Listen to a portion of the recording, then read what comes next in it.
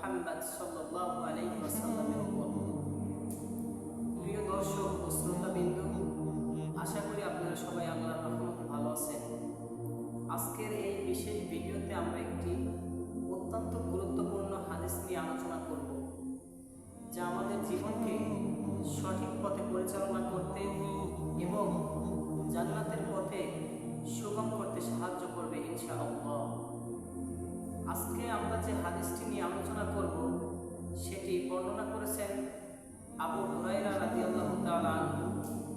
তিনি বলেন, রাসূলুল্লাহ সাল্লাল্লাহু আলাইহি ওয়াসাল্লাম বলেছেন, মান সালাকা তরিকান ইয়ালতামিসু ফিহি ইলমান সাহালাল্লাহু বিহি তরিকান ইলাল জান্নাহ।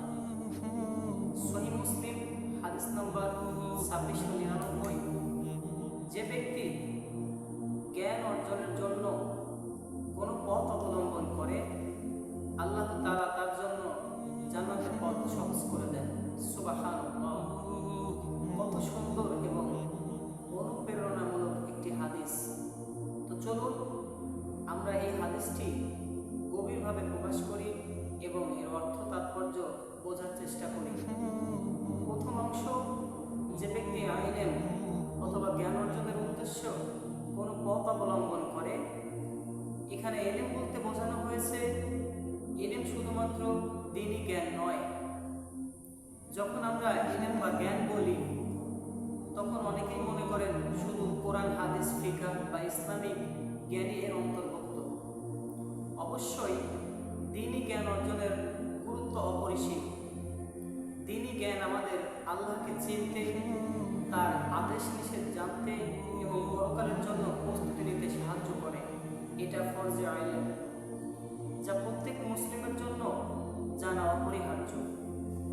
দুনিয়াবি জ্ঞানও ইসলামের অংশ হতে পারে, কিন্তু এই হাদিসের ব্যাপক অর্থ রয়েছে। ইলম বলতে যে কোনো উপকারী জ্ঞানকে বোঝানো হয়েছে, তা দ্বীনি হোক বা দুনিয়াবি। যেমন একজন চিকিৎসক যদি মানুষের কল্যাণের উদ্দেশ্যে চিকিৎসা বিজ্ঞান চর্চা করেন, অসুস্থ মানুষের সেবা করেন, তবে এটাও আল্লাহর জন্য ইবাদত। একজন প্রকৌশলী যদি সমাজের উন্নতির জন্য, মানুষের সুবিধার জন্য কিছু আবিষ্কার করেন বা নির্মাণ করেন, যা মানুষের জীবনকে সহজ করে, তবে এটাও কল্যাণকর জ্ঞান। এমনকি কৃষিকাজের জন্য নতুন প্রযুক্তি শেখা বা বিভিন্ন ভাষা শেখা, যা মানুষের উপকারে আসে, যা আল্লাহর সন্তুষ্টির উদ্দেশ্যে করা হয়, তাও ইলম এর অন্তর্ভুক্ত হতে পারে। শর্ত হলো এই জ্ঞান যেন হালাল পথে অর্জিত হয় বা হালাল কাজে ব্যবহৃত হয়। দ্বিতীয় অংশ হলো আল্লাহ তাআলা তার জন্য জান্নাতের পথ সহজ করে দেন। সৎ কাজের সুযোগ, এর মানে হলো আল্লাহ সেই জ্ঞান অন্বেষণকারীর জন্য সৎ কাজ করার সুযোগ দেন। জ্ঞান মানুষকে ভালো মন্দের পার্থক্য শেখায়, শয়তানের প্ররোচনা থেকে বাঁচতে সাহায্য করে, সঠিক পথের দিশা। জ্ঞান মানুষকে সঠিক সিদ্ধান্ত নিতে সাহায্য করে। যখন একজন মানুষ সঠিক জ্ঞান অর্জন করে, তখন সে ইসলামের পথে চলতে আরও বেশি আগ্রহী হয়।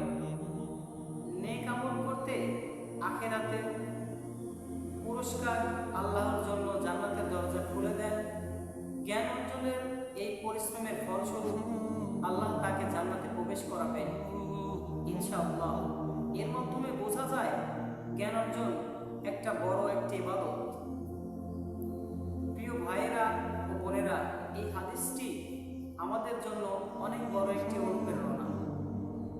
জ্ঞান অর্জনের আগ্রহী হই আমরা যেন শুধু মাদ্রাসা নয়, স্কুল, কলেজ, বিশ্ববিদ্যালয়, লাইব্রেরি, এমনকি অনলাইন কোর্স বা অভিজ্ঞ ব্যক্তিদের কাছ থেকেও জ্ঞান অর্জনে আগ্রহী হই। জ্ঞান অর্জনের জন্য নির্দিষ্ট বয়স বা সীমা নেই। উদ্দেশ্য ঠিক রাখি।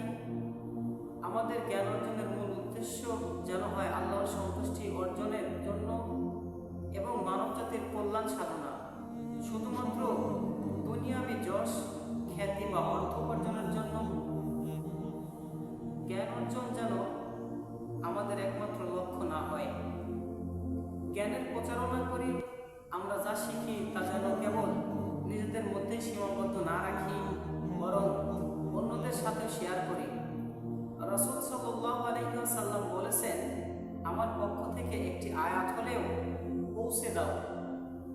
আপনার ইউটিউব ভিডিও, ফেসবুক পোস্ট বা মুখে মুখে আলোচনার মাধ্যমে আপনিও জ্ঞানের প্রচার করতে পারেন। অহংকার থেকে বাঁচি, জ্ঞান অর্জন করি, যেন আমরা অহংকারী না হই।